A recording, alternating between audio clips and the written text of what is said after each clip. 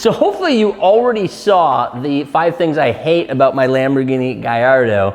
Wanted to do that first just to kind of get the complaining out of the way so that I can tell you all the things that I love about the Lamborghini Gallardo. But I'll just do the top 5 for right now. Number 5 is the most obvious, so I put it as number 5, even though it's probably one of my favorite points. I think everybody knows this, but sometimes you forget it. It's a Lamborghini. So every single time you drive it, every single person looks at you. When you stop for fuel, it's like a social event with you and all of the strangers that are dying to get a picture of a Lamborghini. We're up in Appleton, Wisconsin, so almost nobody's seen a Lamborghini around here in person flying by, let alone stopped in where you can ask the guy some questions. At least that's what I've come to learn. Because pretty much every fuel stop is about a 10 to 15, 20, 25 minute excursion, because so many people come up, which I absolutely love. I love when people ask questions. I love when people ask if they can take pictures of the car. If they're kids, I usually tell them to jump into the car and have their mom or their dad take a picture of them in the car. Love letting kids get in and out of it and just kind of, you know, tell all their buddies at school that they were in a Lamborghini Gallardo. I usually try to teach them a little bit about the Gallardo and the lack of Lambo doors and stuff like that so that they don't get confused and tell their friends that they were in something that looked like a Lamborghini, but they're not sure because it didn't have the doors. But the thing I love, number 5, would be that it is always going to be a Lamborghini every time you drive it, and people really, really, really appreciate it for that and stop and take the time to ask questions about the car. So I've absolutely loved the fact that people appreciate the car for what it is. We never saw this Lamborghini. We never sat in this Lamborghini. I had never personally been inside of a Lamborghini my entire life, and then it got delivered and it was ours and we already owned it. So the first thing we did is we jumped in it and took it for a ride. What I noticed right away, and my dad was one of the first ones to go for a ride with me, he said the same thing. It's amazing how well it rides. With how low this car is, it's basically sitting on the ground, and when you sit down inside of it, which is a chore getting in and out because you're so low, which is, it's super cool once you're in there, you feel like you're in a little go-kart. But then once you start going, it rides so soft compared to what you're expecting that it was just amazing. It's got a factory coilover system in it, which is fully adjustable. So right away we noticed that the ride quality is phenomenal because we were expecting a very go-karty race car ride out of it, but really the ride quality is pretty awesome to the point where actually at about 130 on the old country roads, it will start to float a little bit, but you just have to be ready for that. That was my 3rd ride where I learned that lesson. If you didn't see the 5 things I hate, you should go watch that one first because some of these things are going to make even more sense. But one of the things I was saying that I hate is the fact that the automatic mode is actually fake. Because if you use it, you're going to eat up the clutch. Go watch the video if you want to see that part. What I love about the Lamborghini Gallardo is that with the E-gear and the lack of auto, and you're not supposed to use the auto, you have to shift it. If you're going to drive a car like this, it only feels right that you have to shift it, that you're actually controlling the entire car. You're controlling all of the shifts. The car's got super tight steering. So when you're shifting it and running the car versus riding in some automatic, you get that Lamborghini feel. When you pull on that paddle shift, it takes a quick breath automatically. You hear the thing breathe behind you, and then it slams into the next gear. And that is definitely one of the things I absolutely love about this car. It is a bull. It slams into the gears. You're in charge of those gears, and it's something you have to do to drive it. So it really gives you the full experience, much like when you are running a gated stick shift or getting the full sports car feel. That's what you get even though you don't run the clutch. The car runs the clutch. You get the same feeling having to shift the gears. Another point that you probably heard if you watch the 5 things I hate about my Lamborghini Gallardo, when you leave a stoplight, it's got this sluggish feel to it, and I almost get beat by everybody off the stop. The thing though, it's a Lamborghini. It loves the high RPMs, it loves the high revs, and when you really start getting that V10 going with those little baby pistons, you will always win. There is not a 2004 stock car in my neighborhood that I cannot beat, because ultimately it's a Lamborghini, you get the revs up and you're gonna end up winning that race. So although it's a little slow, which is something I complained about, you know you're gonna win. So if you just have a little bit of patience, you'll end up out in front of them onto the next stoplight. So the number one thing, and this was my biggest fear in buying a car of this caliber, getting into an exotic, was the cost of ownership. The one thing I've absolutely loved about this car is how affordable it really is if you put your mind to it.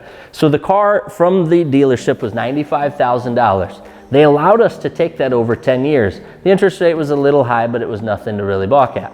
What that meant was over 10 years, it was about $900 and some a month, which to me was extremely reasonable considering the vehicle you're getting. I have buddies that go and buy new pickup trucks and spend $800, $850 a month to have a Chevy pickup truck. So to have an exotic car for a little over $900 a month to me was extremely reasonable. Then I went to look at insurance. Now I'm a little bit up there in age.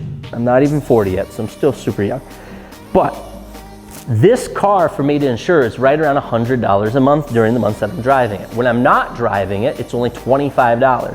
So right now, winter Wisconsin, it's time to pull it in and tuck it away. It would only be $25. So 6 months of $25, 6 months of $100. I've never actually done the math. I'd assume it's somewhere around $75, $50, $60, somewhere around there per month to insure, which I thought was super reasonable. The other thing, it only needs an oil change, the brakes flushed, looking over for any leaks and things like that on the typical maintenance years. That's like $1,000. So once a year, you bring it in for a full service. They go through the entire car. They check the clutch, they check the brakes, they flush the brakes, they go and do the oil change, and you're pretty much done out the door. $1,000 a year, that's total maintenance. Now, to upkeep a car of this caliber, to me, that was a phenomenal deal. And if you don't have anything wrong with it at that checkup, there's no reason to spend extra money. There's some people that will go and do the spark plugs and all of the crazy stuff listed on the maintenance schedule, but even the dealership has told me if you're only driving it a few thousand miles a summer, it would be insane to keep changing those spark plugs when you're at 5, 6, 7, 10, 12, 15,000 miles until it needs it, or you start to rack up the miles. So what I've found is in the 2 years that we've had it, we've spent a total of about $2,000 on maintenance total. That's all we've spent on it. So to me, that's extremely cheap. Even the gas mileage is around 11, 12 when you're really running the car. Much better than that when you're not and you're going on a little bit longer trip. But even the gas mileage wasn't that.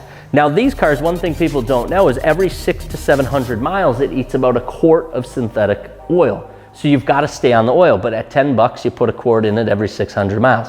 So overall, we've put probably about, I think 7,000 to 8,000 miles on the car since we got it in 2 years. And the overall cost of it has been, much lower than we ever expected and super reasonable. And that's a good amount of miles. About 3,000 to 4,000 miles per summer is pretty good because we've taken it to a ton of shows and done some rallies and stuff with it. So we've driven the car. We haven't let it just sit around, and it still was super reasonable. So I would say that's the number one thing that I absolutely loved about the Gallardo.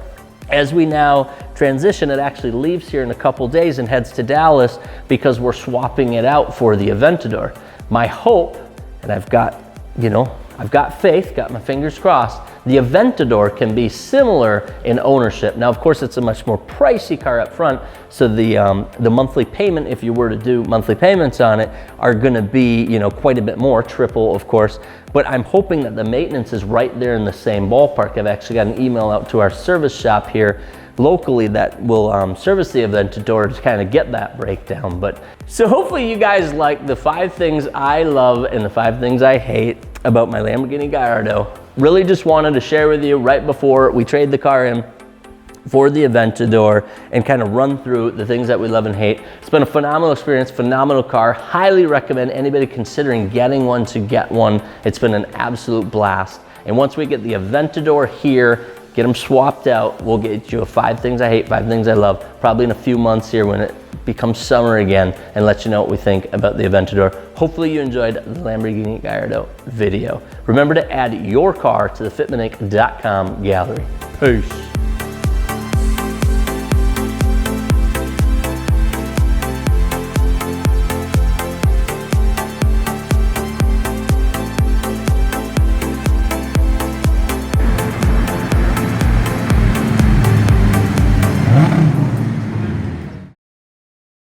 There you go, Fuller. That's what it's supposed to do. Open that door. Show them what it don't do. Did it open my door? No. No! That ain't a Lambo!